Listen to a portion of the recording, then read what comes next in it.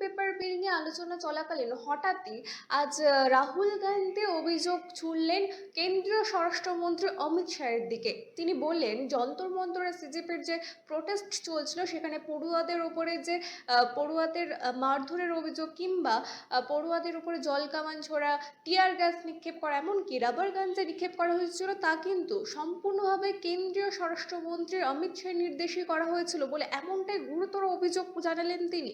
এবং এর পরিপ্রেক্ষিতে কিন্তু লোকসভায় থাকা টিয়ার বেঞ্চে থাকা ট্রেজার বেঞ্চে থাকা যে সাংসদরা ছিলেন তারা কিন্তু তৎক্ষণাৎ সেখানে দাঁড়িয়ে উত্তপ্ত হয়ে ওঠে এই পরিবেশ, এবং তারা দাঁড়িয়ে এই মন্তব্যের কিন্তু প্রতিবাদ জানিয়ে বলেন যে অমিত শাহ কীভাবে একজন কেন্দ্রীয় স্বরাষ্ট্রমন্ত্রীর বিরুদ্ধে কোনো রকম প্রমাণ ছাড়া এমন গুরুতর অভিযোগ তিনি জানালেন বা কোন ভিত্তিতে তিনি এই কথাটা বললেন।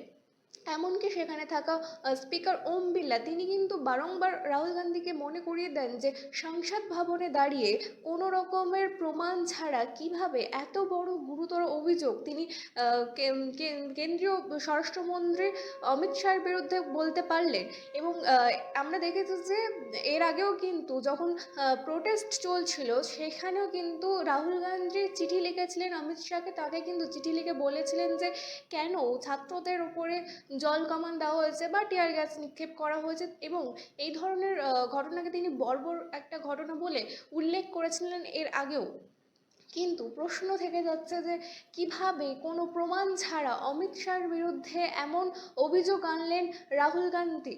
এরপরে আমরা বলতে পারি যে এই ঘটনায় কিন্তু উত্তপ্ত হয়ে উঠেছিল সংসদ ভবন, এবং যে আলোচনা চলছিল অ্যান্টি পেপার লিক বিল সেটিকে কিন্তু ছাপিয়ে গেছিল আজকের এই মন্তব্য, রাহুল গান্ধীর এই মন্তব্য। এবং শাসক দলের পক্ষ থেকে কিন্তু তেমন কোনো প্রতিক্রিয়া পাওয়া যায়নি। তারা শুধুমাত্র এটাই বলেছিলেন যে যদি তিনি এমন গুরুতর অভিযোগ করেই থাকেন তাহলে সেই ভিত্তিতে তাকে প্রমাণ দিতে হবে, এবং প্রমাণ দিয়েই কিন্তু এই অভিযোগ তাকে প্রমাণ করতে হবে।